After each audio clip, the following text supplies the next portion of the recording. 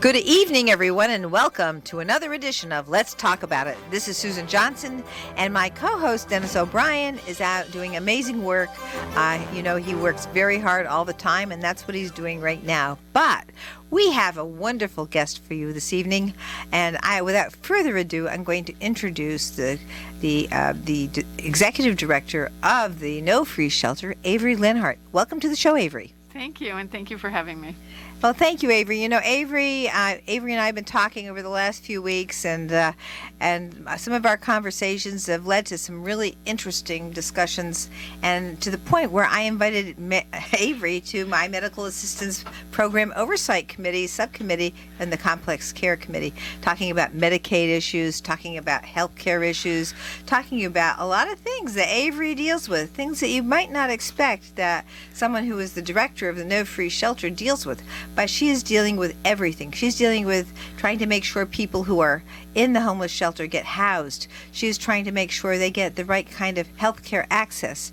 She's working constantly at trying to do these things for people who are really, really trapped in a bad spot in their lives. And what we need to do is we all need to step up and make sure we help Avery, and also look at what we can do ourselves to help people who are in this homeless situation.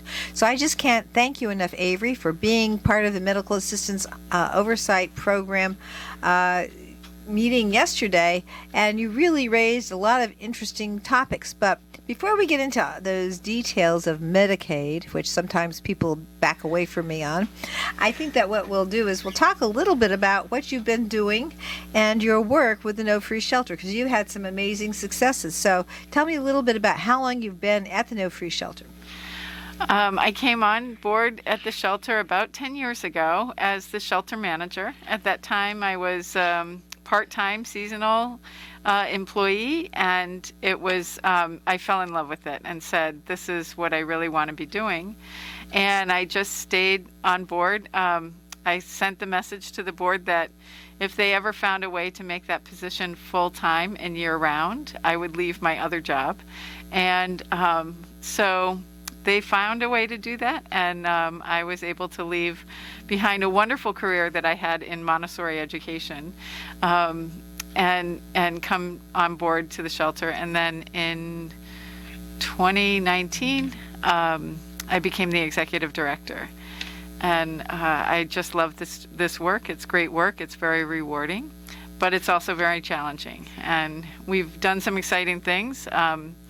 Last year, we purchased our own building with the help of the David Foster Family Foundation. And so we're about to purchase the building next door, and we're going to be doing some renovations to make this space more suitable for our needs. Which include, what types of needs are you talking about? Well, right now we have, we need to be really careful of COVID. That's a big deal still. And when you're bringing a lot of people into one space, you have to be very concerned about spreading germs, whether it's flu or COVID or RSV or anything else that's contagious.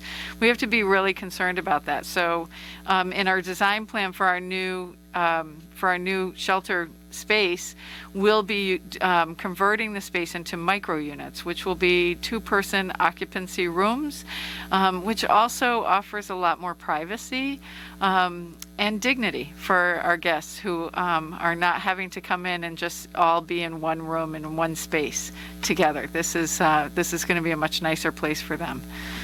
Well, that's wonderful work, and it's, of course, wonderful that you were able to connect with the David Foster Family Foundation. Let's start there with, how did that happen? How did it get to the point where David Foster's Family Foundation was able to purchase a building so that the No Freeze Shelter would be in a place that was more permanent? Well, as many people know, we were looking for a space to purchase for a long time, and to be able to find a building that was going to be in the zone that the town required us to be in. And we started talking with CHR about the possibility of CHR is, I'm sorry. CHR, Community Health Resources, the agency that previously owned this property. And we began talking with them after they vacated it and moved to their new location on Main Street. And we were in negotiations with them to purchase the building And it just so happened that I heard David Foster on WILI one day talking about how he was having a big event and that he was going to be giving funds to a lot of different agencies in town. So I called him and said, hey, would you like to help us buy a building? And he really surprised me by saying, yeah, I'll buy it for you. I really didn't expect that. I thought he would say, yeah, we can help you with a little bit of that money. But no, he came right out and bought it. And it was, my board was thrilled. I was thrilled. Of course, everybody was thrilled at his generosity and what a wonderful thing that was. Wasn't it wonderful? David Foster has been such a great person, and he's worked so hard to help the people who have needs here in this community, which really helps our community step up and look really much, much better when we have somebody who's helped us out with a building. He paid off the mortgage in the soup kitchen, and back before all these things occurred, he used to have these fundraisers where he'd make donations to different organizations in town. And then I'll never forget when I had David Foster on the show here, and I mentioned to him, hey David, I got a little bit of money for a stage in the Gilson Square. And he was so happy, and I'm thinking, boy, he's really happy about that. And then I had no idea David Foster was paying $10,000 every time he had a concert here to build a stage. And then he didn't have to do that anymore. And instead now he donates that $10,000 to the town every year. So he's just been a wonderful philanthropist. He's been great. His music is wonderful. It's great to see him or help us organize these fabulous concerts. And he's just been there for people here. And I'm just thrilled that he was able to help you out with a building that fits in with the plan of the town of Windham. Yeah, he has been wonderful, and we are so grateful. And we are grateful for all of our supporters. Many people have come forward to help us with our mission and the work that we do. There are thousands and thousands of people that donate regularly and some occasionally, and we are always grateful for all of the support that we get from this town, because we are not a state-funded shelter. So every penny counts for us. Every time somebody makes a donation, whether it's $5 or 50 cents or $100, it's very meaningful to us. Well, that goes to another idea that we want to talk about. You did get some money from the federal government when Senator Blumenthal brought $500,000 to your shelter. Right, and yes, that was also extremely exciting. So that will be money that's capital funding, which means it'll be helping us with the renovations, and so we're very happy about that. We are also getting some help from the State Department of Housing to help with the renovations, and so that's also really exciting news. It is. So we have the State Department now is finally stepping up. We have some money coming from the state. We have some money coming from the federal government, and it's really important, I think, to actually say, hey, the town of Windham. We host 3 shelters for the homeless. We have the No Free Shelter, we have the Holy Family Shelter, and we also have the Domestic Violence Shelter for women and children who have been subjected to domestic violence, which we also have here. We have 3 shelters, and when we look at our surrounding towns, they don't have any, except when we go all the way to Killingly.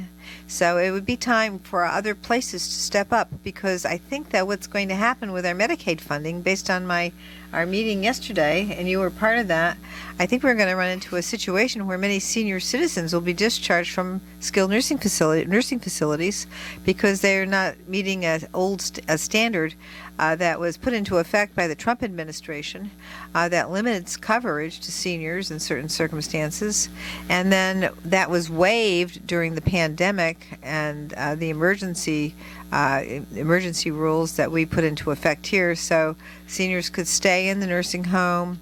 And we had a number of different details that were waived that kept people housed, that kept people safe, people in hotels if they couldn't fit into the shelter. There were a number of things that we could do.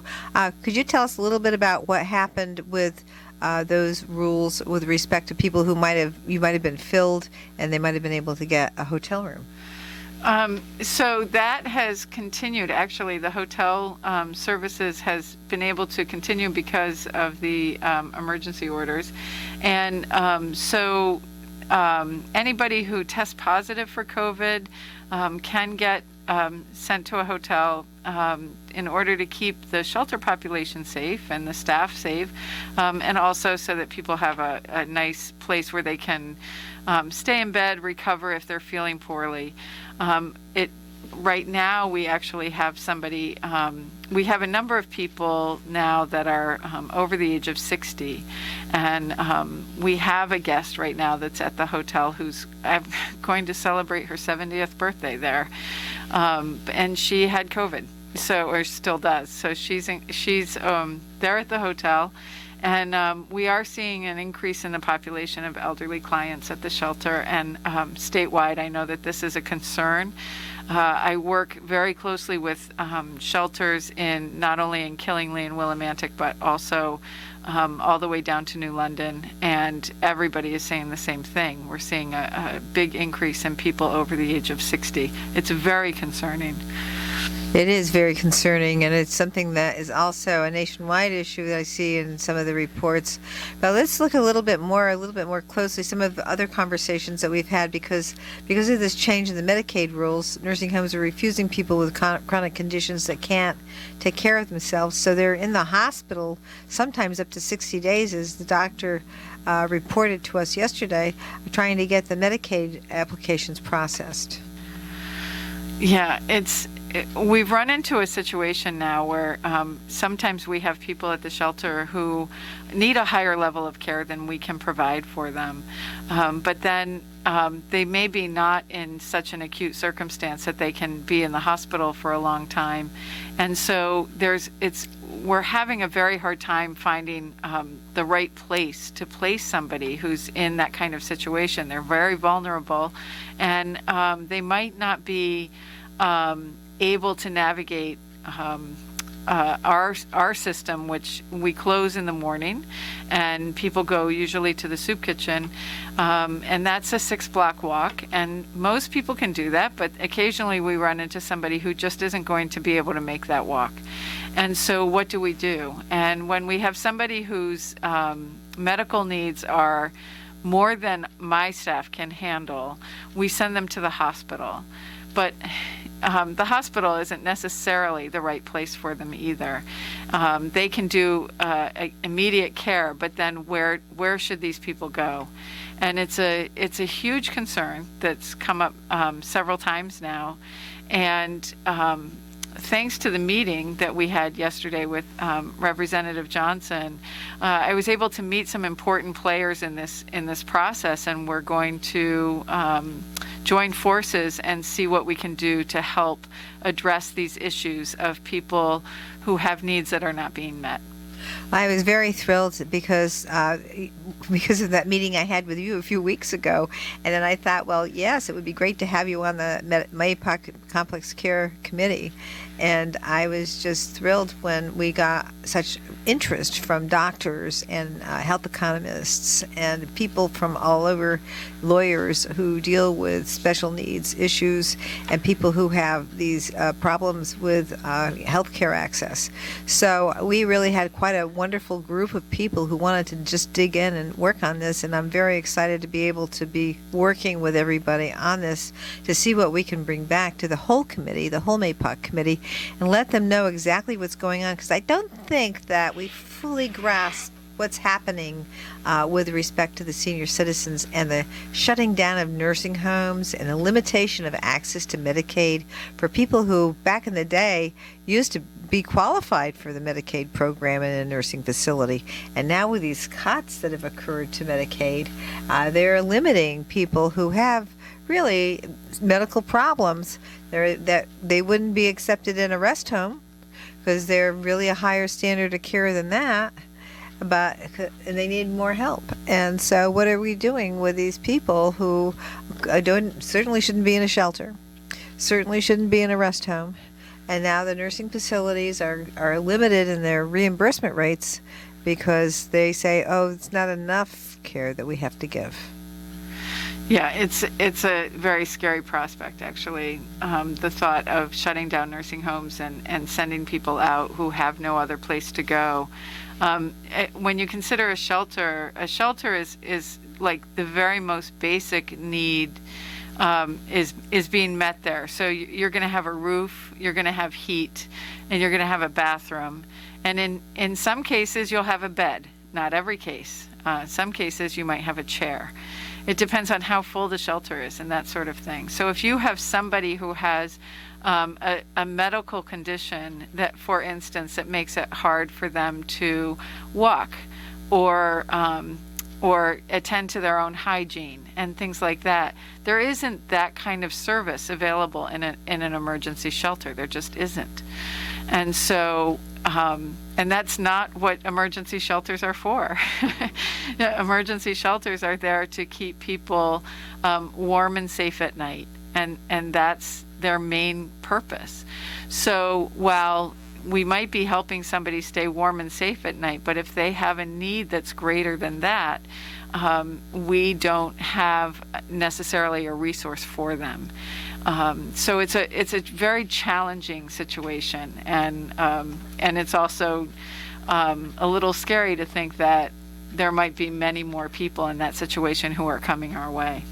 Yes, it's very, very scary, and to think that this is going to be happening in April, and I have to drill down with the Office of Fiscal Analysis and the Office of Legislative Research just to make sure my understanding of what we discussed yesterday was spot on. I'm sure most of what we discussed was really spot on, but I want to make sure I have the exact numbers before I take this all around. And while we're talking about this, on Monday, the Appropriations Committee meeting with the Human Services Medicaid Director will be ongoing, and we're going to hear from them about what their vision is and what's going on with respect to the changes in the reimbursement rates based on the problems of not getting any more emergency COVID money from the federal government. The emergency COVID money has really helped the economy here in the state. It's helped the low-income population. The low-income population has suffered for years and years with not having enough resources because the state has cost-shifted those responsibilities to just a few local communities. And I have to say that Willimantic/Windham is one of those communities. So is Hartford, Bridgeport, New London, Waterbury, New Haven, Stamford, all these different towns that have lots of nonprofits that they serve, that have property that is not taxable and not in the payment in lieu of taxes statute. These towns are taking care of the state's business, and they're taking care of the region's business. And so one of the bills I've put in is to try and make sure that those properties are added to the payment in lieu of taxes statute.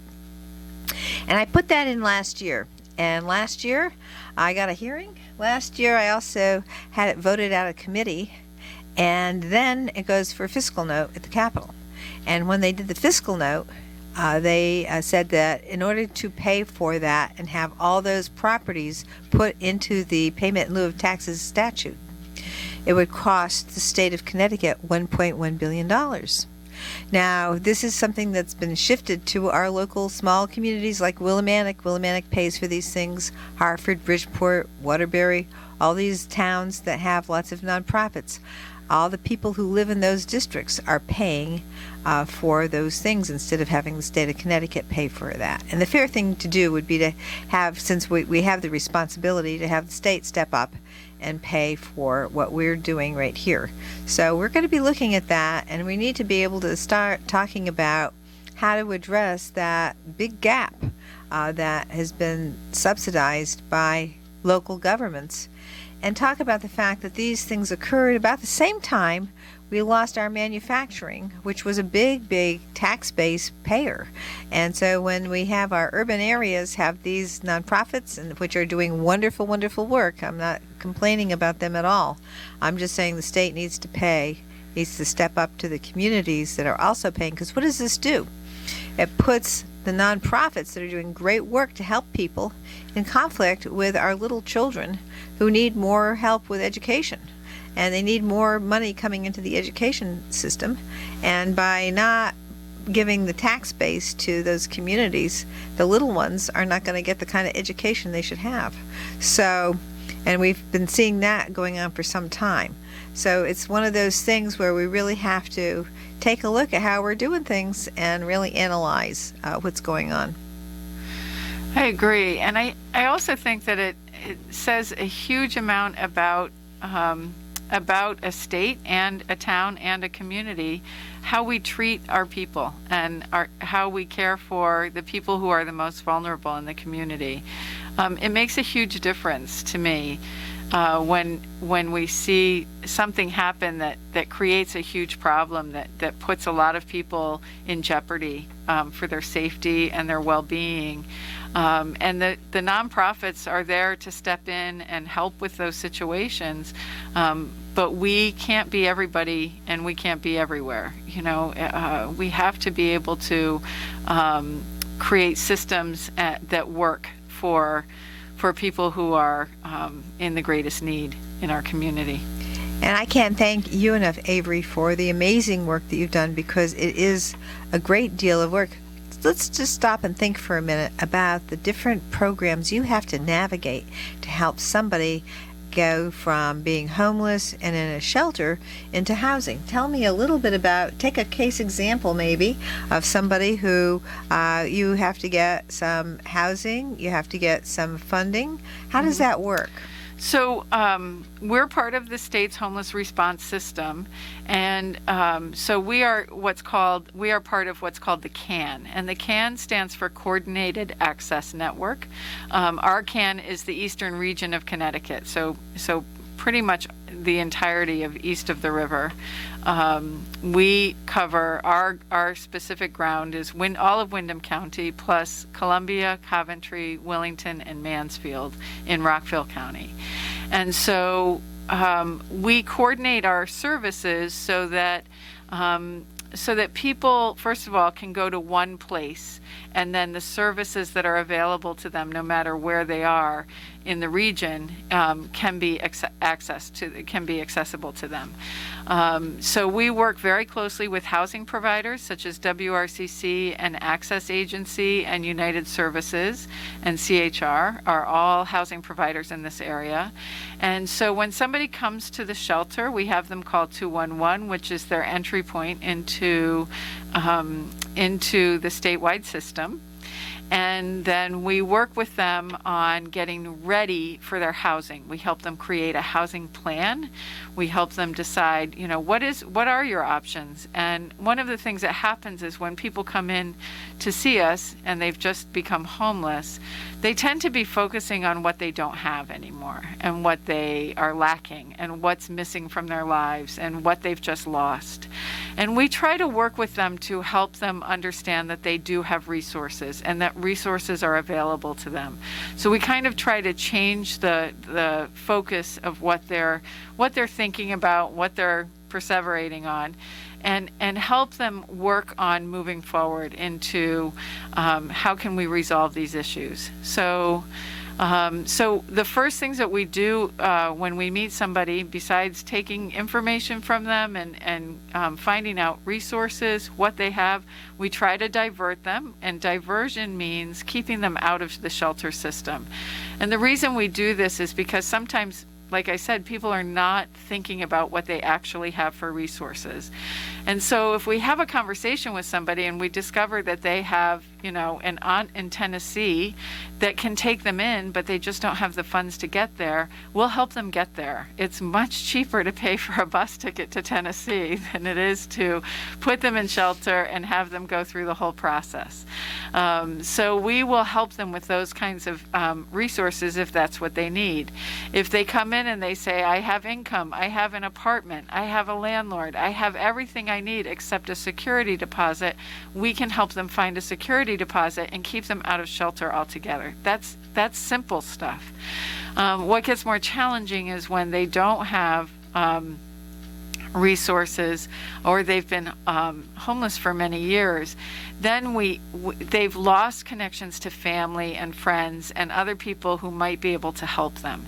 So we start working with them, and one thing that's really important, regardless of their situation, is they need an ID. That's number one. Many people come to us, they've lost their wallet, their house burned down, their everything was stolen from them. They had to leave somewhere in a hurry and they couldn't bring all their belongings. So we help them get an ID, because you need an ID for housing, but you also need an ID if you want to get a job. And some people are certainly eligible to work, and you can't get a job unless you have your ID and your Social Security card. So we work on those processes. That takes a little time, because sometimes we have to get a birth certificate, and we might have to write to another state to get that birth certificate. So we help them get these vital documents while we are working with them to take steps on their housing plan. We might help them apply for jobs. We might connect them to services like mental health or physical health services.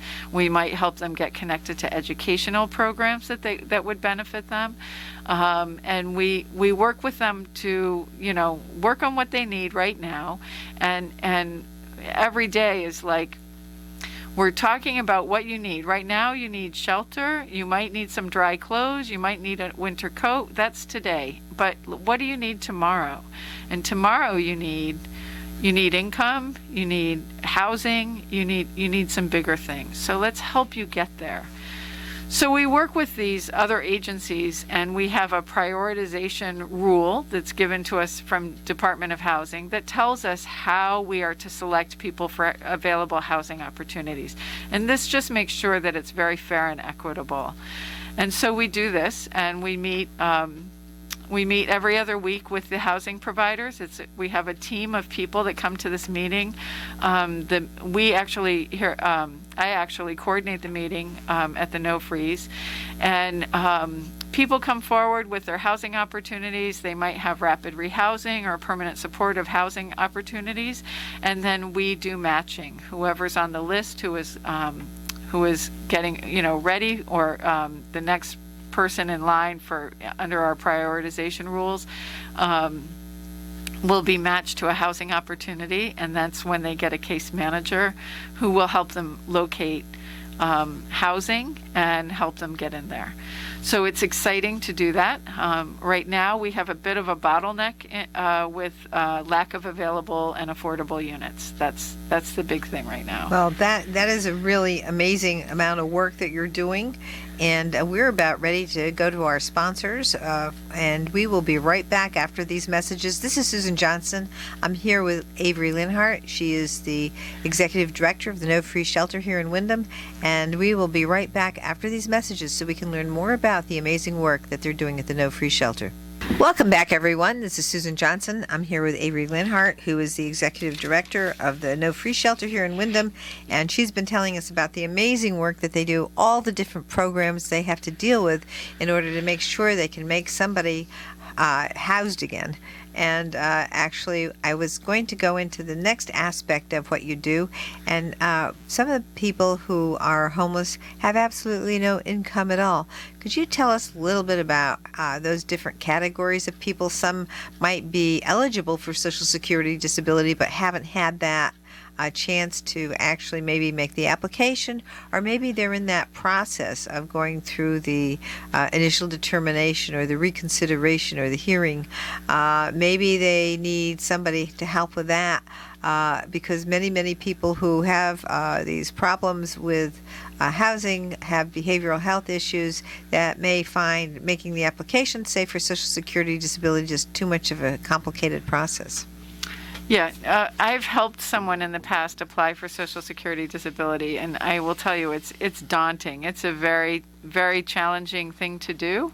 And so occasionally we can get somebody in who works at one of the agencies who is what's called SOAR trained, and I can't remember what SOAR stands for, but a SOAR trained person who helps somebody apply for Social Security disability means that their application will be processed a little more quickly, and they have a higher rate of a positive outcome. So we did have somebody that we were working with at Perception Programs who was SOAR trained, and right now I think they're waiting to fill that position again. But when somebody needs Social Security disability, it takes generally a year. The application process takes about a year. And the hard thing is that the recommendation that comes down the road is that if you are waiting for Social Security disability because you have a disability, you should not go get a job, because then Social Security will look at you and say, well, no, because you can work, you don't need Social Security disability. But what do you do for that whole year while you have no income? It's a really tough place to be. Well, let me just stop you there, because one of the things that we used to be able to do is people used to be able to go on town assistance, state assisted general assistance, or general welfare from the town aid. And of course there was litigation back in the day where former mayor and now mayor of Bridgeport tried to get more money from Governor Rowland for the state assisted general assistance / general welfare programs in those circumstances that would pay the rent, that would take care of everybody. And there was some litigation, and it ended up pretty much dissolving the program, where now people are only eligible for up to $219 a month. Yeah, $219 a month doesn't go very far. You certainly can't get any kind of housing with that money. Even if you do successfully get Social Security disability, I think right now the amount that you would get is $840 a month, which is not enough to pay for monthly expenses. So if you got a Section 8, would that help subsidize the $840 limitation that is pretty much given, for people who are getting Social Security disability? Yeah. So if you do get some kind of housing support, such as Section 8 or another permanent supportive housing or something that the state is offering, that will pay your rent, that's obviously very, very helpful. In most of those programs, you do have to give 30 or 40% of your income towards your housing. So if you get Social Security disability, you'll have to give $200 or $300 a month towards your housing. Mm-hmm. And that's with the Section 8. And then, of course, the people will have to go on the SNAP benefit program for food. Right. And then they'd also have to perhaps get some help with energy assistance, depending on what type of housing they're in. Right, exactly. Yeah. So there would be that. And then we do have we have a lot of senior housing in Windham, but there are also other towns have senior housing. Is that something that you've been able to work with to help get people into some of that housing? We have. We've had some of our guests have gone to Ghana Den, which has been really helpful. And those places are wonderful. And but we mostly work with local landlords on getting people into those programs. Occasionally somebody will go to someplace like Salem Village or something like that, which is also a senior housing. Mm-hmm. So, yeah. So we do have some, but you're saying right now the opportunities for people to go into senior housing is pretty limited because these places are filled? The places are filled. Sometimes the income requirements are very strict, and are either below or above or something like that. So that's challenging. And well, let's go move forward a little bit, because I think we're all fairly familiar with the idea that many people who are in homeless situations have behavioral health issues that are made worse by the fact that they're homeless. So we're just making it worse for people. And one of the things we have is a program now that addresses the CHESS program, that addresses people who have big medical needs so that they can get the Medicaid program. But the Medicaid application process can be daunting, as we were mentioning before, for the hospital. So the CHESS program has been fabulous, and the thing behind it is this, that they're seeing housing as part of treatment. So one of the things that we see a lot of is people who are experiencing homelessness don't generally use their primary care provider. They usually, they often use the emergency room as their primary care. They have a hard time making appointments. They have a hard time getting transportation that is reliable to appointments and things like that. So when they have a problem, they just go to the emergency room, which is, very expensive. And so when we use housing as part of their treatment, it means that their Medicaid benefit will help pay for their housing. They'll go into housing, and that gives them an opportunity to stabilize. And when people are stable, then they go back to using their primary care providers for their medical needs and things like that.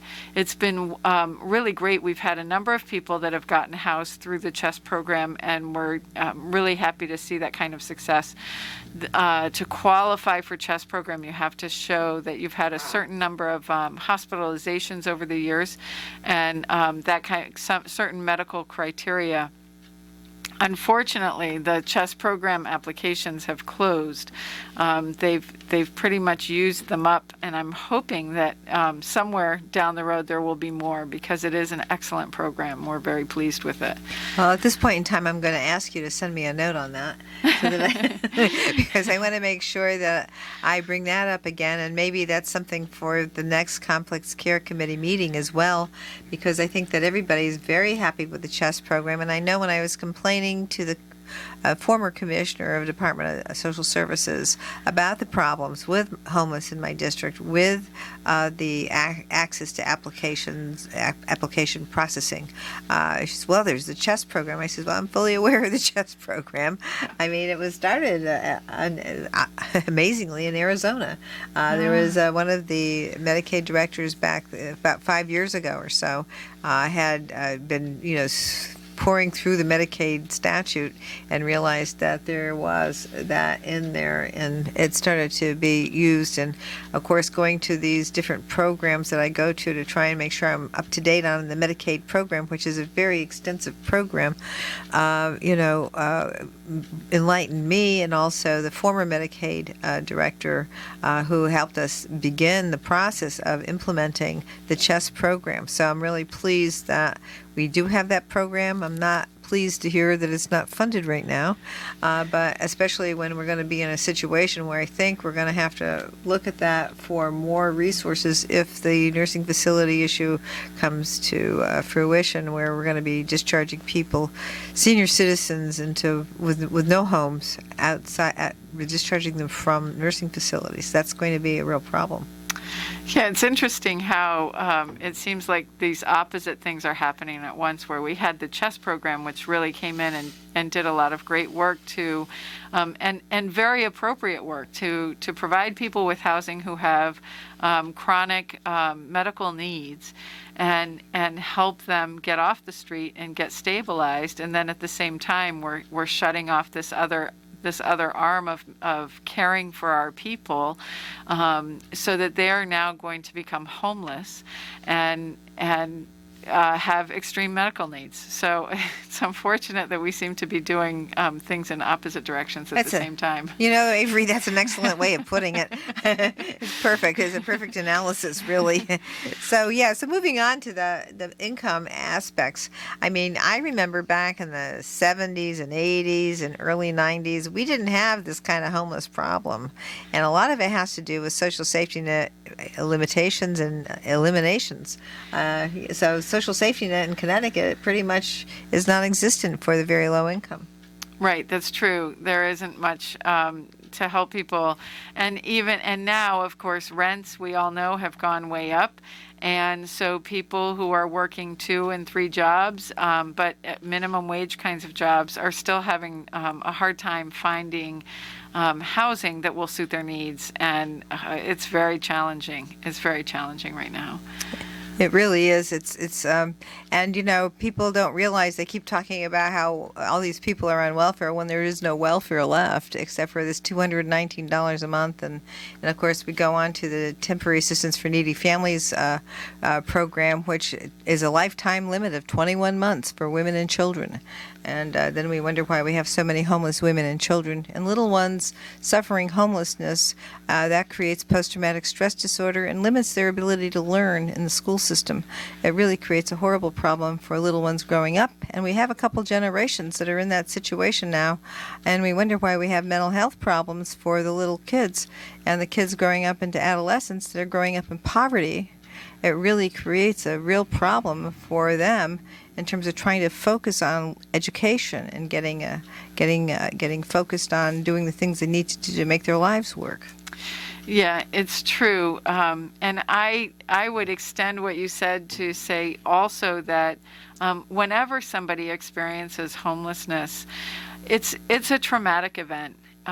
For everybody, for anybody who is experiencing homelessness, they are experiencing a crisis, and nobody is their best self in a crisis. So this is why we want to help people resolve their situations as quickly as possible, get them into housing, and give them a chance to breathe and stabilize and be able to say, okay, that rough chapter in my life is now over and it's time to move on.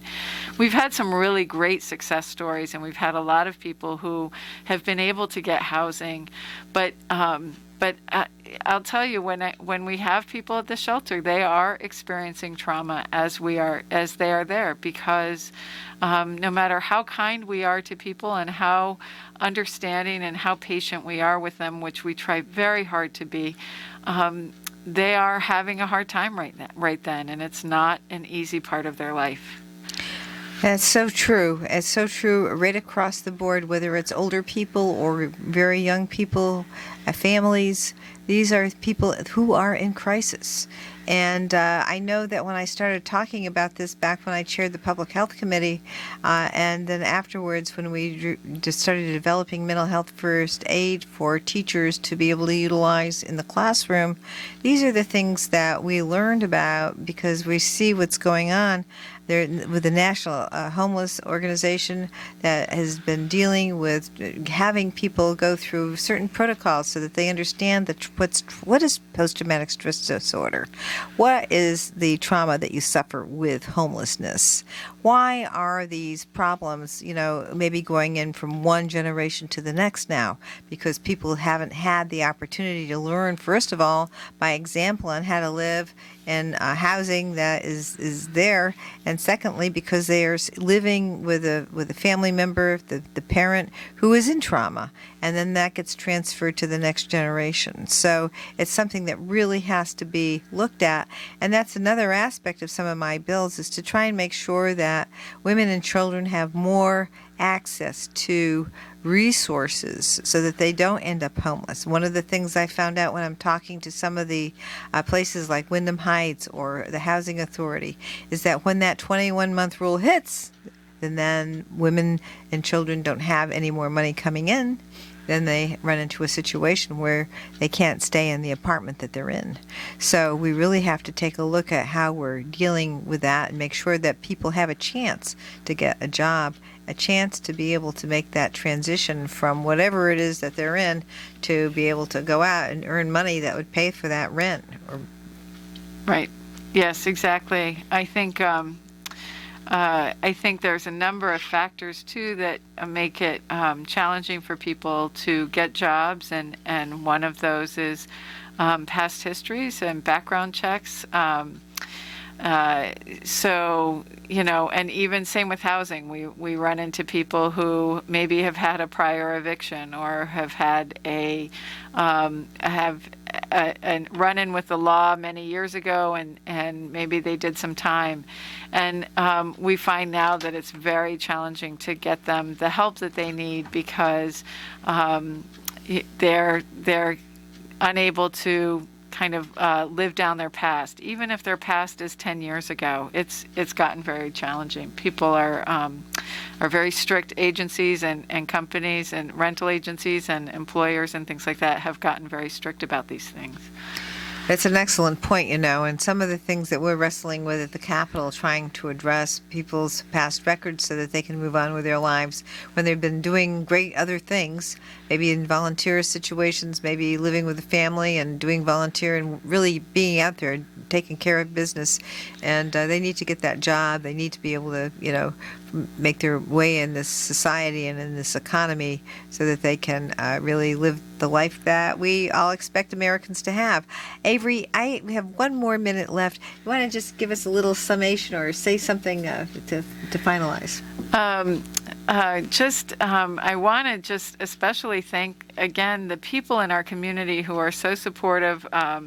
We've been working on writing grants and trying to get some funding so that we can get more staff in there to help with this housing process. And we are very excited about the direction that we're going in, and we want to make sure that we are not expanding shelter, but expanding our housing services so that we can really help people shorten the length of stay in shelter, shorten their experience and time in homelessness, and move into housing and resolve their situations as quickly as possible. Thank you, Avery Linhart, Executive Director of the No Free Shelter. Thank you so much for being with us on Let's Talk About It. Stay tuned next week on next Friday for Let's Talk About It, and we'll have another great show. Thanks for listening.